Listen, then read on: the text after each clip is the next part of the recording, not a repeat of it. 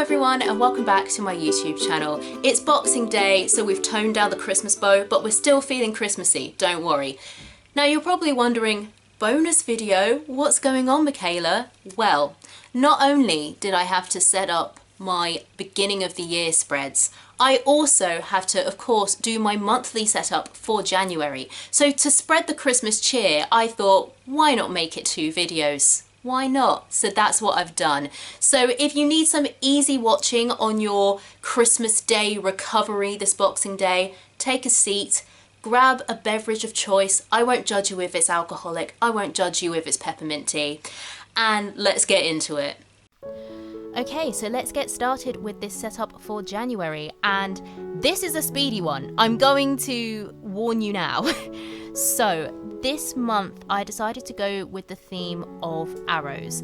As I said in my 2021 beginning of the year setup, I had a lot of things change last minute going into the new year, so I wanted a theme that would be very, very easy and simple for me to do. I have some gold arrow washi tape, which I do love, and I need an excuse to use it more. So I thought having a minimal black and gold arrow theme would be good. And also arrows, start of the year, new chapter, new journey. I thought it was fitting. At the top of the page on my calendar layout, I've written a quote which says, "The only impossible journey is the one you never begin," which again, I think that's very fitting, both as a start of the year quote and also for me where I am in life right now. So yeah, just standard calendar layout as usual. On the next page, again, I've got my weekly task list, and at the bottom, instead of doing kind of my Spanish words of the week, which I've been doing for the last 3 months, I've got thoughts of the month. So this is where I can write any thoughts I have in Spanish. So that could be me picking a topic, it could be me just writing a paragraph about how I think the month has gone, it could just be random words like a Spanish brain dump. I don't know, I'm just gonna see how that idea develops, if I like it, if I don't. But I think it would be a good kind of substitute for my sentence of the week and also the Spanish words list, which I wasn't really using either. The next page is my brain dump page.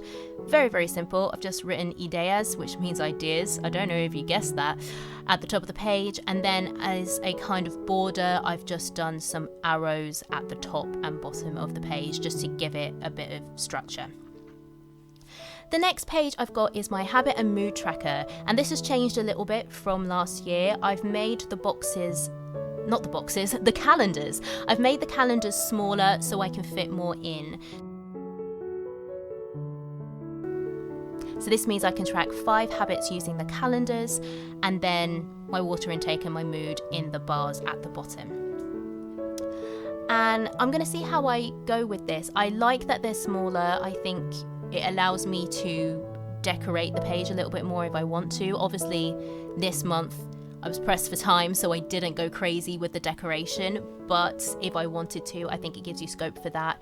There's also scope to add in more calendars if I wanted to.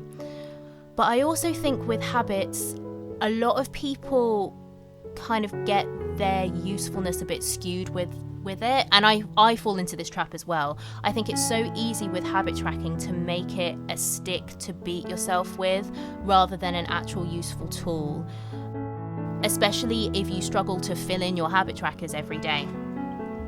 So for me, I've had some habit trackers where I just do not do them, and I think you have to be prepared with bullet journaling to let that habit tracker go. If it's not something that you can do every day or have the willpower to do every day, then switch it up and think, okay, is it more realistic to try and do this every week or a couple of times a week, or tracking it in a different way, in a way where I'm not going to feel bad if I just have a calendar that is not filled in at all or only has a couple of filled in days. Do you know what I mean?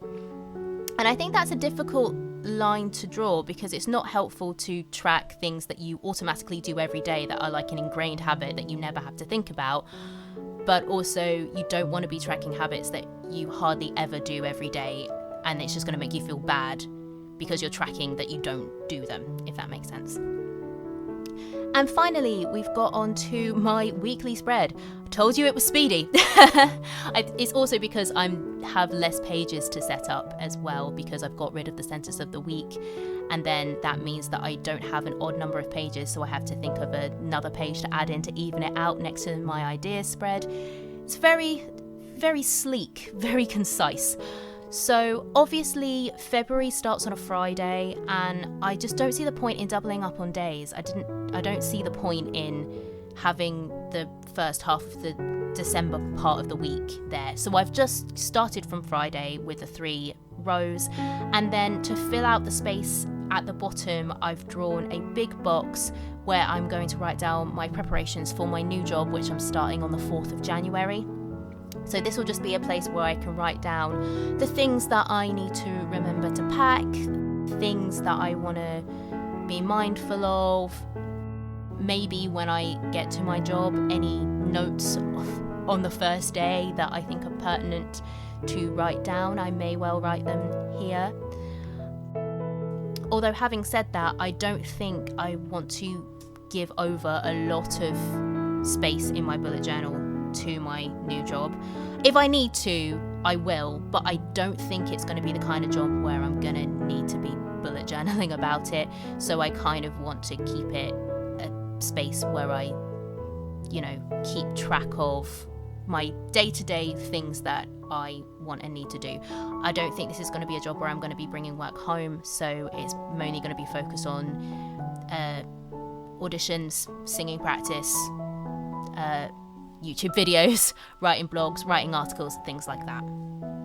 So this is my final flip through of my bullet journal setup for January. I really like how it turned out, even though it was super speedy, and I'm looking forward to exploring the theme more. So that was my bullet journal setup for January. I'm gonna be honest, I didn't realise it was gonna be that short when I filmed it, but I hope you enjoyed it all the same. If you did, please consider liking and subscribing. Would love to have you on the channel. Stay tuned for more theatre content from a UK perspective. Have a wonderful rest of your Christmas. Have a happy new year, and I will see you all in my next video. Bye friends!